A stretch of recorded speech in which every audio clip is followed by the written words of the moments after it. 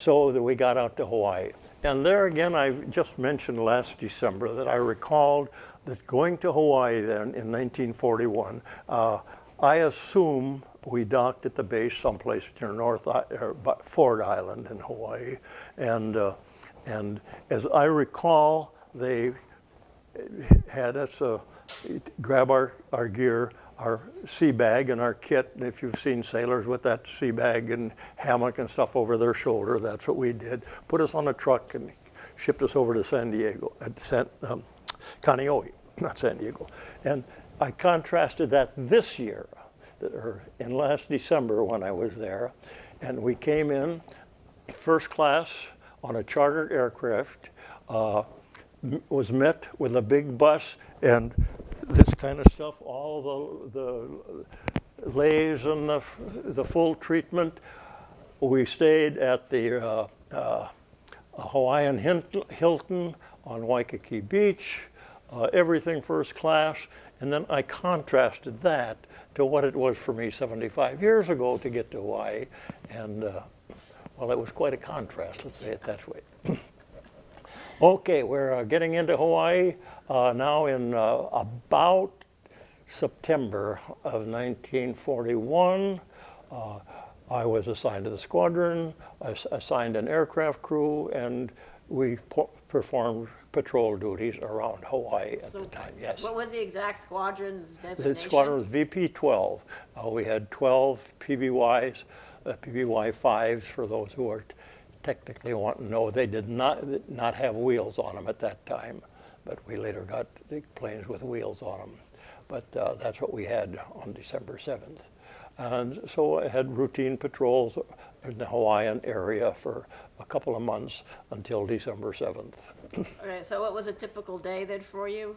Okay, as I recall, we had I think we were assigned 4-section duty, and that means that one in every 4 days you have to stay on the base.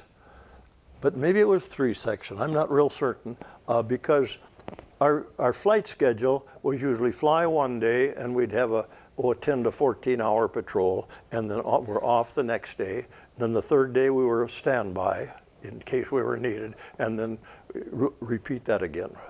So we basically made 10 flights a month if all went exactly according to theory, but there was lots of switching around and stuff there too. What did you do on a flight for 10 hours? On a flight, of course, my duties were basically radioman. I did stand lookout watches sitting in one of those blisters looking around for whatever. Just looking. Yeah, with binoculars and looking for, basically it was submarines we were looking for at that time.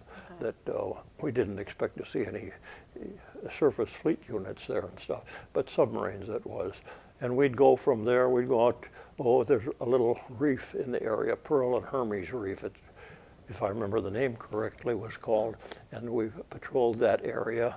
And now, in retrospect, at the time, I didn't know exactly what we were doing or why we were patrolling or anything like that. But I've read enough stuff that the object of the patrols at that time was submarine detection. There was no thought that a Japanese fleet could get over that far without being observed, but they were very concerned about the submarines in the area because they had been sighted on quite a few occasions and stuff. So we were out mainly looking for submarines. Did you guys patrol the same area all the time, or No, did they kind of tell you where to go each time? Oh yeah, no, we were always told. All the operations officers, I'm sure on a staff level, decided which were the most vulnerable at the time.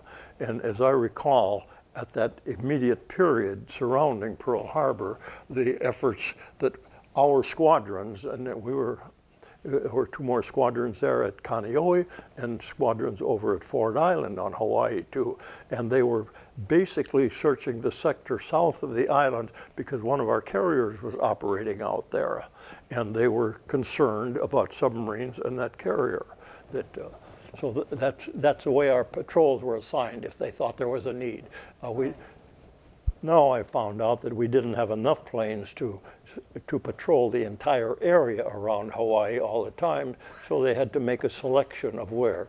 And when I say they, you're not talking about a seaman making those selections. Right. The higher up the staffs, that they said, well, this is the most vulnerable, so this is the area we're going to work now. And the day of Pearl Harbor, there were, as I recall, there were 3 planes out on patrol, but they were all working the area south of the island, They didn't see a thing, huh? not north of the island.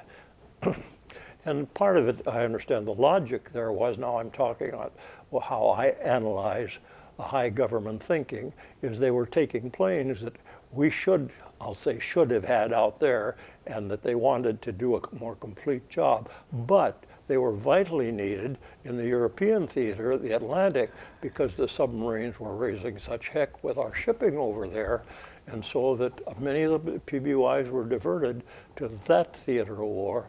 And well, when you think strategy on a level like that, it's what was way beyond like me. a global level, right? Yeah. But that was our activity there right before Kaneohe. And where are we now relative to Pearl Harbor? You got there and you're just sort of telling me about what your routine life was like. Oh, going yes, along. Well, was there any indication or hints or anything that something was afoot, or? On our level, I'm going to say absolutely none. Now, on how high up you want to go, from what I have personally analyzed from just my reading and stuff, that the main emphasis was on, they were concerned about sabotage, that the Japanese nationals, as I recall, there were hundreds of thousands of them on Hawaii at that time, and these are Japanese nationals, and they were concerned with infiltrators maybe getting on the base and destroying airplanes. So, as I understand, the logic was that they took the planes, and instead of having them scattered, they had them clustered so that anybody guarding them on watch, that you could see them. I mean, okay, well, that was a perfect opportunity that they were all clustered for the Japanese, but also the thinking that went into it. I mean, I personally can't say that it's faulty. Given the same circumstances, I'd have probably made exactly the same decisions. So it's rough. But that's, okay, guide me again. Oh, okay, so we're getting right up to the day now, so. Okay. All right, well, that I explained a little bit about the fact that we were on duty, and that was my duty day, that Sunday. As I recall, I had Saturday off. I don't recall if I went ashore or not. But anyway, that Sunday morning, routine, got up, I'll say got up 6:30 or so, about 7:15, 7 o'clock, went down to the boathouse because my duty station for that day was going to be on board one of the airplanes that was anchored in the bay, that either as a ready plane or we didn't have enough wheels for all of them. I'm not sure which, but anyway, that was out in the bay there. They took me out there about 7:50, 7:40, something like that. I relieved the guy that was on duty. The boat shoved off, went back to shore, taken the fellows that had been on the planes during the night, and settled down to for the day's activities.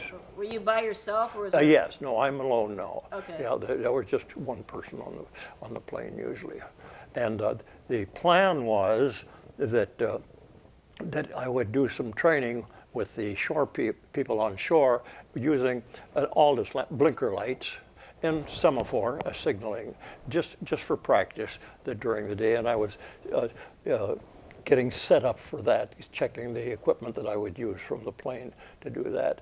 And this is all now just between 7:45 and 7:55, I guess, because just about that time I heard this noise that aircraft sounded like planes, and I looked out and I saw planes, and I assumed that the Army, they had a field, Bellows Field there, Hickam Field, but there were planes flying around very often, and I just assumed the Army's out on maneuvers that day, until then I started hearing bombs dropping and shooting, and they started, they immediately strafed the planes that were in the bay, and other planes, I think I saw other ones burning before they came and strafed me. I don't really recall, but it was all happening in minutes. So Bit of a jumble, yeah. And then the next thing I knew, they were strafing me, and I can recall seeing, as I was in the center part of the plane, that I could recall seeing that where the bullets came through and went through into the water, that on the bottom of the plane there were little fountains of water squirting up here. Well, and when I saw that happen, I went to grab a life jacket to put on, but then either right at the same pass that the pilot was making, or another one that followed almost immediately, that the whole plane just burst into flame, the whole thing.